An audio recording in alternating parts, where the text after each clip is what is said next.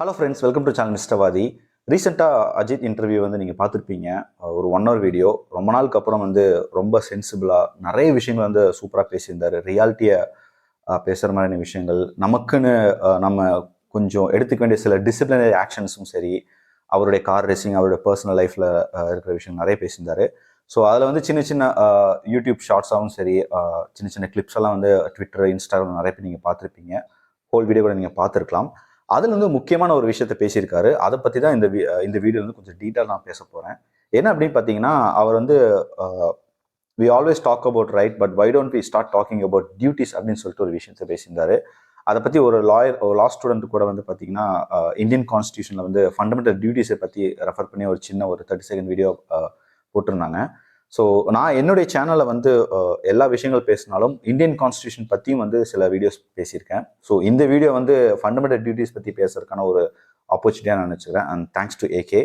Because என் வீடியோஸில் வந்து பார்த்தீங்கன்னா ஃபண்டமெண்டல் ரைட்ஸ் பற்றி பேசியிருக்கேன். அம்பேத்கர் வந்து ஏன் வந்து இந்தியன் கான்ஸ்டியூஷனை எரிக்கணும் அப்படிங்கிற பற்றியும் பேசியிருக்கேன். அதே மாதிரி ஜெய்பீம் படத்தில் வந்து ஆர்டிகல் 32 அப்படின்னு சொல்லிட்டு ஃபண்டமெண்டல் ரைட்ஸ் பற்றி ஒரு ரெஃபரன்ஸ் இருக்கும். ஹேபியஸ் கார்பஸ் அப்படின்னு சொல்லிட்டு ரிட் பெட்டிஷன் பற்றி நான் பேசியிருப்பேன். ஸோ நிறைய பேசினாலுமே ஃபண்டமெண்டல் டியூட்டிஸ் பற்றி நான் வந்து பேசினதில்ல. ஸோ இந்த வீடியோ வந்து ஐ திங்க் ஒரு முக்கியமான ஒரு விஷயத்த பேசுகிற மாதிரி ஒரு ஆப்பர்ச்சுனிட்டியாக நான் நினச்சிக்கிறேன். ஃபண்டமெண்டல் ரைட்ஸ் வந்து பார்த்தீங்கன்னா, அதை பற்றி ஆர்டிகல் 32 ஜெய்பீம் ரெஃபரன்ஸ் பற்றி அதில் வந்து நிறைய விஷயங்கள் இருந்தாலும் ஆர்டிகல் 12 35 வரைக்கும் பார்த்தீங்கன்னா மனித உரிமைகள், அதாவது ஒவ்வொரு சிட்டிசனும் ஒரு இந்திய குடிமகனுக்கான உரிமைகளை பற்றி பேசுகிற ஆர்டிகிள்ஸ் தான் வந்துட்டு 12 to 35. அதில் வந்து right to equality, right to freedom, அப்புறம் ரைட் அகேன்ஸ்ட் எக்ஸ்ப்ளோட்டேஷன், அப்புறம் right to freedom and religion, cultural and educational rights, அப்புறம் ரைட்ஸ் டு கான்ஸ்டியூஷனல் ரெமிடிஸ் அப்படின்னு சொல்லிட்டு ஆர்டிகல் 32 35 வந்து பேசுது. அதுதான் வந்து ஜெய்பீம் படத்தில் வந்து 32ங்கிற ரெஃபரன்ஸ் வந்து தனியாக ஒரு வீடியோ போட்டிருந்தேன். அவர் வந்து அந்த வீடியோவில் வந்து அஜித்குமார் வந்து ஒரு சின்ன ஒரு செகண்ட்ஸில் வந்து பேசிட்டு போனாலும் இந்த வீடியோவில் அது எவ்வளோ முக்கியம், ஃபண்டமெண்டல் டியூட்டிஸ் பற்றி என்னென்ன அப்படிங்கிறத பற்றி கொஞ்சம் டீட்டெயிலாக நம்ம பார்க்கலாம். ஸோ இந்தியன் கான்ஸ்டியூஷன் வந்து பார்த்தீங்கன்னா நிறைய ஆர்டிகல்ஸ் வந்து அப்போ எழுதப்பட்ட அம்பேத்கர் தலைமையில் வந்து எழுதப்பட்டப்போ நிறைய எல்லா கண்ட்ரீஸ்லேருந்தும் ஒவ்வொரு விஷயத்தை வந்து கிராப் பண்ணி அதை மொத்தமாக வந்து கம்பைல் பண்ணி எழுதப்பட்டதான் வந்து நம்ம இந்திய அரசியலமைப்பு சட்டம். ஸோ ஒவ்வொரு ஆர்டிக்கிளும் சரி, ஒவ்வொரு பிரான்ஸ், ஜெர்மனி, பிரிட்டன், அதுக்கப்புறம் ஆஸ்திரேலியா, இந்த மாதிரி யூரோப்பியன், ஏஷியன் எல்லா கண்ட்ரீஸ்லேருந்தும் தேவையான விஷயங்களை எடுத்து கம்பைல் பண்ணி எழுதப்பட்டதான் வந்து நம்ம Indian constitution. So fundamental duties அப்படின்னு பார்த்தீங்கன்னா அதுவும் வந்து ஒவ்வொரு குடிமகனோட கடமைகளாக வந்து சொல்லப்படுற அந்த ஆர்டிகிள்ஸ் வந்து ரஷ்யா அப்போ வந்து சோவியத் யூனியனிலிருந்து எடுக்கப்பட்ட ஒரு முக்கியமான ஒரு தொகுப்பு தான். இனிஷியல் வந்து பார்த்தீங்கன்னா இந்தியன் கான்ஸ்டியூஷன் எழுதப்பட்ட டைம்ல வந்து ஃபண்டமெண்டல் ரைட்ஸ் மட்டும்தான் இருந்துச்சு, மனிதனுடைய ஒவ்வொரு குடிமகனுடைய உரிமைகள். ஆனால் குடிமகனுடைய கடமைகளை பற்றி வந்து அப்போ எழுதப்படல, சொல்லப்படல. ஸோ கான்ஸ்டியூஷன் எழுதுனதுக்கு அப்புறம் ஒவ்வொரு காலகட்டத்தை பார்த்தீங்கன்னா அமெண்ட்மெண்ட் அப்படின்னு சொல்லுவோம், சீர்திருத்தம் செய்யப்படுறது, ஒவ்வொரு ஆர்டிகல் ஆட் பண்ணுறது, டெலீட் பண்ணுறது, ரிவைஸ் பண்ணுறது, அந்த மாதிரி விஷயங்கள் நடந்திருக்கு. அப்படிதான் வந்து 1976 வந்து ஸ்வரன் சிங் கமிட்டி அப்படின்னு சொல்லிட்டு ஒரு குழு உருவாக்கப்பட்டது. அவங்க ரெக்கமெண்ட் பண்ணி கொண்டு வரப்பட்டதான் வந்துட்டு ஃபண்டமெண்டல் டியூட்டிஸ் அப்படிங்கிற அந்த whole section of articles. So emergency பீரியட்ல வந்து இந்திரா காந்தியோடைய காங்கிரஸ் வந்து செட்டப் பண்ண இந்த கமிட்டி தான் வந்து ஸ்வரன் சிங் கமிட்டி. இது வந்து citizen should have these list of duties அப்படின்னு சொல்லிட்டு அவங்க வந்து ஆர்டிகல் 51A அப்படின்னு சொல்லிட்டு சொல்றாங்க. ஸோ ஞாபகம் வச்சுக்கோங்க, ஃபண்டமெண்டல் டியூட்டிஸ் அப்படின்னா ஆர்டிகல் 51A அப்படிங்கிறது. ஆர்டிகல் 51A வந்து 10 ஃபண்டமெண்டல் டியூட்டிஸ் அப்படின்னு சொல்லிட்டு 10 விஷயங்களை கொண்டு வராங்க. ரெஸ்பெக்ட் த கான்ஸ்டியூஷன், அப்புறம் ஃபாலோ யர் நோபல் ஐடியல்ஸ், நம்ம இந்தியாவின் ஒருமைப்பாடை வந்து நம்ம வந்து பாதுகாக்கணும், ப்ரொடெக்ட் த இந்தியாஸ் யூனிட்டி, அதுக்கப்புறம் serve the nation, promote the harmony, சகோதரத்துவ உணர்வை வந்து நீங்கள் வந்து வளர்க்கணும் அப்படிங்கிறதும், ப்ரிசர்வ் த ஹெரிடேஜ், நம்ம இந்தியாவோட டைவர்ஸ்டு கல்ச்சரல் ட்ரெடிஷன்ஸ் வந்து நம்ம ப்ரிசர்வ் பண்ணணும், ப்ரொடெக்ட் த என்விரான்மெண்ட், சுற்றுப்புற சுகாதாரத்தை நம்ம வந்து ப்ரொடெக்ட் பண்ணணும், அப்புறம் science and be scientific and human அப்படிங்கிற ஒரு பாயிண்ட்டும் ஒரு ஆர்டிகிளும் இருக்குது. லாஜிக்கலாக திங்க் பண்ணுறது, அப்புறம் பகுத்தறிவோட செயல்படுறதும் ஒரு ஃபண்டமெண்டல் டியூட்டிஸாக வந்து சொல்லப்பட்டிருக்கு. Protect public property, so keep public assets safe and avoid violence அப்படிங்கிறது முக்கியமான ஒரு பாயிண்டாக இருக்குது. ஸ்ட்ரைவ் ஃபார் எக்ஸலன்ஸ், நீங்கள் வந்து to two your best for countries progress, Nations progress அப்படிங்கிறதும் ஒரு டியூட்டியாக சொல்லப்பட்டிருக்கு. இது 10மே பார்த்தீங்கன்னா ஃபண்டமெண்டல் டியூட்டிஸாக அப்போ எழுதப்பட்டது 1976. அதுக்கப்புறம் 2002 வந்து எஜுகேட் சில்ட்ரன் அப்படின்னு சொல்லிட்டு இன்னொரு ஆர்டிகிளை வந்து ஆட் பண்ணாங்க, இன்னொரு பாயிண்ட் ஆட் பண்ணாங்க. அது வந்து educate children from age of 6 to 14, ensure your children from age 6 to 14 to get the education அப்படிங்கிறது. அதாவது 6லேருந்து 14 வயசு வரைக்கும் இருக்கிற உங்கள் குழந்தைகளும் சரி, மற்ற குழந்தைகளுக்கும் வந்து அவங்களுக்கான தரமான கல்வியை கொடுக்கறதுக்காகவும் அதுவும் வந்து ஒரு கடமையாக நீங்கள் எடுத்துக்கணும் அப்படிங்கிறதே வந்துட்டு இதில் வந்து சொல்லியிருக்காங்க. ஸோ இந்த மாதிரி 11 பாயிண்ட்ஸ் இருக்குது ஆர்டிகல் 51A கீழே. ஸோ இதெல்லாமே வந்து ஃபண்டமெண்டல் ரைட்ஸாக வந்துட்டு ஒவ்வொரு குடிமகனும் கடைபிடிக்க வேண்டிய கடமைகளை வந்து சொல்லப்பட்டிருக்கு இந்தியன் கான்ஸ்டியூஷனில். இப்போ என்னதான் வந்து கான்ஸ்டியூஷனில் வந்து இந்த ஆர்டிகல் கொண்டு வந்தாலும் சில கிரிட்டிசிசம், சில சிக்னிஃபிகன்ஸ், பெனிஃபிட்ஸ் எல்லாம் இருக்குது. கிரிட்டிசிசம் பார்த்துடலாம். அதாவது விமர்சனங்கள் என்னென்ன இருந்துச்சு பார்த்தீங்கன்னா, இது டியூட்டிஸாக சொல்லப்பட்டாலும் இதில் வந்து நிறைய விஷயங்கள் வந்து கவர் பண்ணல அப்படிங்கிற மாதிரியான ஒரு விமர்சனம் இருக்கு. அதாவது கேஸ்டிங் த ஓட், நமக்கான ஓட்டுரிமை வந்து ஓட்டுரிமை இருந்தாலும் அதை வந்து கண்டிப்பாக ஓட்டு போடணும், அதுவும் ஒரு கடமையாக வந்து சொல்லப்படலை அப்படிங்கிறது இருக்கு. அதே மாதிரி நம்ம டேக்ஸ் பே பண்ணணும் அப்படிங்கிறதையும் வந்துட்டு ஸ்ட்ராங்காக சொல்லலை, அதில் பாயிண்டாக இல்லை அப்படிங்கிறதும். ஃபேமிலி பிளானிங் வந்து முக்கியமான ஒரு பாயிண்டாகவும் சொல்லியிருக்காங்க. ஸோ இந்த மாதிரி விஷயங்களை வந்து ஃபண்டமெண்டல் டியூட்டிஸில் வந்து ஒரு செக்ஷனாக இல்லை அப்படிங்கிறது வந்து ஒரு கிரிட்டிசிசம் இருந்திருக்கு.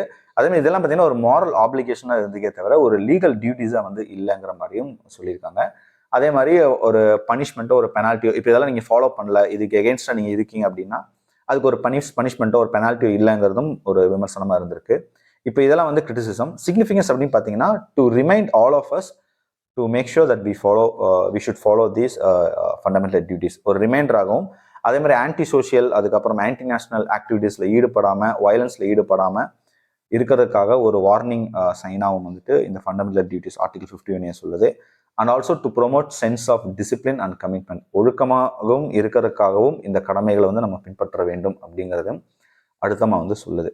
ஸோ இனிஷியலாக அப்போ வந்து ஆப்போசிஷன் பார்ட்டி வந்து இந்த ஃபண்டமெண்டல் டியூட்டிஸ் வந்து கொண்டு வரக்கூடாது, வேணாம் அப்படிங்கிற மாதிரி சொல்லப்பட்டிருக்கு. பட் ஆப்போசிஷன் பார்ட்டி வந்து அதுக்கப்புறம் மொரார்ஜி தேசாய் தலைமையில் வந்து ஜனதா கவர்மெண்ட் வந்து அது வந்து ரத்து செய்யலை. ஸோ அப்படியே விட்டுட்டாங்க. அதுக்கப்புறம் சின்ன சின்ன அமெண்ட்மெண்ட்ஸ் ஆக்ட்ஸ் மூலமாக வந்து சீர்திருத்தம் கொண்டு வந்தாங்களே தவிர ஃபண்டமெண்டல் டியூட்டிஸ் மேலே கை வைக்கல அவங்க.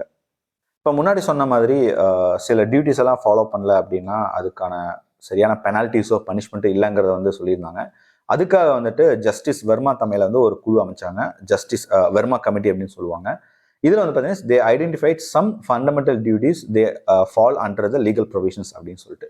அதாவது எதெல்லாம் வந்து கடமைகளாக சொல்லப்பட்டிருக்கோ அதெல்லாம் வந்து ஒரு சட்ட திருத்தமாக வந்து அதுக்கான சட்ட விதிகளாக வந்து ஒரு ரூலாக வந்து ஒரு லாவை வந்து கொண்டு வரதுக்கான வாய்ப்புகள் இருந்ததுனால அதெல்லாம் வந்து ஒரு சட்டமாக வந்து கொண்டு வந்துட்டாங்க. அதாவது இந்த டியூட்டிஸ்லாம் நீங்கள் ஃபாலோ பண்ணல, அதுக்கு எகென்ஸ்டாக நீங்கள் பண்ணுறீங்கன்னா அது கீழே வந்து உங்களுக்கு ஒரு பனிஷ்மெண்ட்டாகவும் இல்லாட்டி பெனால்ட்டியோ இருக்கிற மாதிரியான விஷயங்கள் கொண்டு வந்திருக்காங்க. அதில் சில அடிப்படை கடமைகளை வந்து செயல்படுத்துவதற்கான ஒரு சட்ட விதிகள் வந்து கொண்டு வந்தாங்க. என்னென்னு பார்த்தீங்கன்னா, the prevention of insult to nation honour act 1917 அப்படின்னு சொல்லிட்டு. அதாவது நீங்கள் தேசிய கொடியையோ இல்லாட்டி தேசிய கீதத்தையோ அதுக்கப்புறம் இந்திய அரசியலமைப்பு சட்டத்தையே வந்து நீங்கள் வந்து அதை அவமதிக்கிற மாதிரியான ஒரு செயல்களில் ஈடுபட்டீங்கன்னா இந்த செக்ஷன் கீழே வந்து உங்களுக்கான பனிஷ்மெண்ட்ஸ் இருக்குது.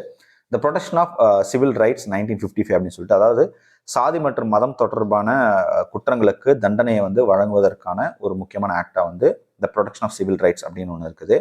The wildlife protection act of 1972 அப்படிங்கிறது பார்த்தீங்கன்னா வனவிலங்குகள் இதை வந்து ப்ரிசர்வ் பண்ணுறதுக்காகவும் அதுக்கு எகென்ஸ்டாக வந்து நீங்கள் ஏதாவது ஆக்டிவிட்டீஸில் ஈடுபட்டீங்கன்னா அதுக்கான சட்டம் ரீதியாக நடவடிக்கைகள் எடுக்கிறதுக்கான ஒரு ஆக்டாக வந்து wildlife protection act of 1972 இருக்குது. இன்னொன்று பார்த்தீங்கன்னா டு அவாய்ட் டீஃபாரஸ்டேஷன், மரங்களை வெட்டுறது இந்த மாதிரி விஷயங்களில் வந்து ஈடுபடாமல் இருக்கிறதுக்காகவும் அப்படி ஈடுபட்டு அதுக்கான தண்டனைகள் வழங்குறதுக்கான ஒரு ஆக்ட் தான் பார்த்து the forest conservation act of 1980 அப்படின்னு சொல்லிட்டு. ஸோ இந்த மாதிரி நிறைய ஆக்ட்ஸ்லாம் வந்து லீகல் ப்ரொவிஷன்ஸ் கீழே கொண்டு வரது மூலமாக நம்மளுடைய கடமைகளை வந்து மீறதுனாலையும் அதை வந்து அதுக்கு எகென்ஸ்டாக எதிர்பட்டு செயல்படுறதுனாலையும் அதுக்கான தண்டனைகள் இருக்குங்கிறதுக்கான ஒரு முக்கியமான பாயிண்ட்டாக வந்து இந்த வெர்மா கமிட்டி இந்த குழு கீழே வந்து இந்த மாதிரி விஷயங்கள்லாம் கொண்டு வந்தாங்க. ஸோ இந்த மாதிரி நிறைய விஷயங்கள் வந்து ஃபண்டமெண்டல் டியூட்டிஸ் வந்து கான்ஸ்டியூஷன் நீங்கள் அந்த 2 பேஜ் படித்தாலே அவ்வளோ செக்ஷன் 9 நினைக்கிறேன். இந்தியன் பாலிட்டி அப்படின்னு சொல்லிட்டு ஒரு புக் இருக்குது. யூபிஎஸ்சி ஆஸ்பிரன்ஸ் எல்லாம் வந்து ஸ்டூடெண்ட்ஸ் எல்லாம் படிக்கிற ஒரு முக்கியமான புக்கு. இந்த சிவிக்ஸ் கேட்டகரியில் வர புக்கு. இந்திய அரசியலமைப்பு சட்டம் சரி எப்படி எழுதப்பட்டது, யாரால் எழுதப்பட்டது, அதுக்கான குழு யார், அம்பேத்கர் என்னென்ன பண்ணார், அந்த குழுவில் இந்த மெம்பர்ஸில் யார், எந்தெந்த கண்ட்ரிஸ்லேருந்து என்னென்ன செக்ஷன்ஸ் எல்லாம் வந்து கம்பைல் பண்ணி எழுதப்பட்டது, அமெண்ட்மெண்ட்ஸ் வந்து இது வரைக்கும் நிறைய சீர்திருத்தம் கொண்டு வரப்பட்டிருக்கு. இப்போது பிஜேபி பீரியட் வரைக்கும் நிறையா அமெண்ட்மெண்ட்ஸ் ஆக்ட்ஸ் கொண்டு வரப்பட்டிருக்கு. அதெல்லாம் என்னென்ன, எதனால் கொண்டு வரப்பட்டது அப்படின்னு சொல்லிட்டு ஒட்டுமொத்தமாக வந்து அந்த இந்தியன் கான்ஸ்டியூஷன் பற்றி அந்த இந்தியன் பாலிட்டி அப்படிங்கிற ஒரு புக் இருக்குது.